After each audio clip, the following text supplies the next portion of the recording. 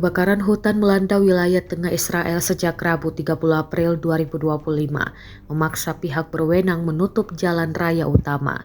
Pemerintah Israel meminta bantuan internasional untuk memadamkan api. Dilansir ABC News, kondisi kering dan angin kencang memperparah penyebaran api yang mengancam pemukiman Israel sekitar 25 km di sebelah barat Yerusalem. Sebagian besar wilayah tengah Israel kini diselimuti asap tebal.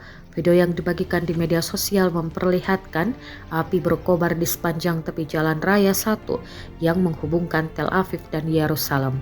Tampak pula asap yang membumbung tinggi. Para pengendara tak punya pilihan selain meninggalkan kendaraan mereka dan berlari menyelamatkan diri. Beberapa orang terlihat menumpang di belakang truk derek yang melintas di daerah tersebut. Di samping itu, ramai netizen berkomentar bahwa kebakaran tersebut adalah bentuk karma.